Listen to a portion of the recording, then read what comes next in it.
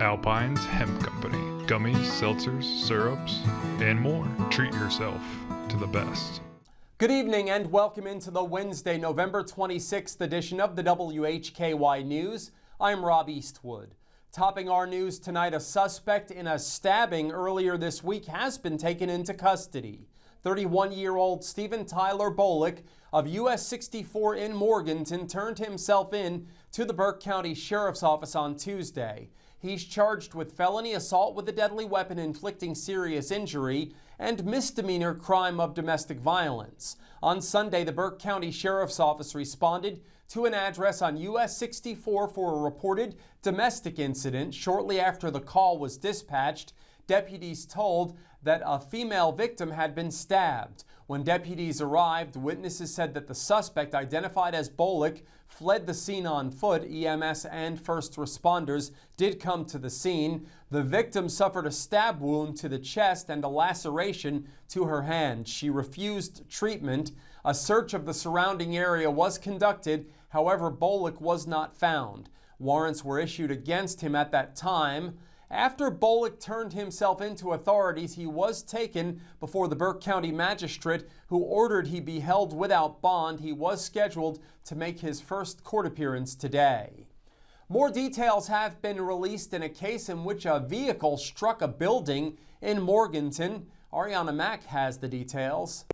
That's correct, Rob. A vehicle crashed into a home in Morganton. Shortly after 12 p.m. Tuesday, the Morganton Department of Public Safety responded to a motor vehicle crash at 901 East Union Street. Upon arrival, officers discovered a black 2021 Toyota Camry overturned on its roof. Preliminary investigation indicates the vehicle had been traveling along East Union Street towards Center Street when it left the roadway, struck a building at 901 East Union Street, and subsequently overturned. The driver and sole occupant of the vehicle, identified as Minor Lopez Velasquez, sustained minor injuries and declined medical treatment at the scene. Officers determined that the driver was impaired by alcohol at the time of the crash. Lopez Velasquez was arrested and charged with driving while impaired, no operator's license, and failure to maintain lane control. Morganton Public Works assisted with clearing debris from the roadway. In addition to public safety,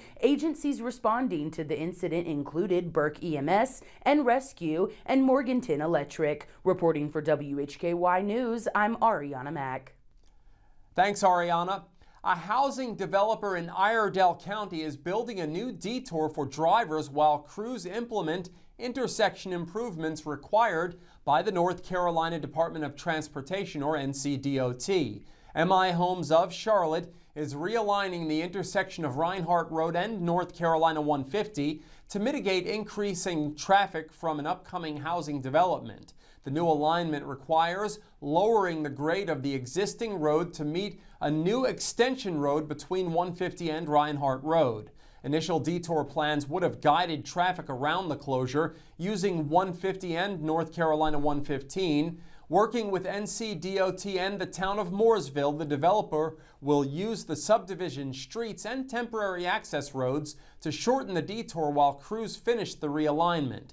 Beginning Monday, December 1st, traffic on Reinhardt Road will use a signed detour through the new neighborhood on temporary roads built by MI Homes. Message boards will warn drivers about the new traffic pattern as they approach the detour. Crews expect to finish the realignment in early spring. In today's crime report, a teacher and a teaching assistant have been charged with assaulting individuals with disabilities. Arianna Mack has that story. In local sports, Jason Savage has details on a Caldwell Community College men's basketball win fueled by a 30-plus point scoring effort. In Community Focus, we'll have Ariana's event bulletin and Sarah Killian with the City of Hickory update. We are on over-the-air TV every weekday at 5:30 and 10 p.m. on channel 14.2 and now live at 5:30 on the WHKY YouTube channel and 10 o'clock on the WHKY Facebook page. We're also in multiple cable systems, including Compass in Morganton. I'm Rob Eastwood, and this is the WHKY News.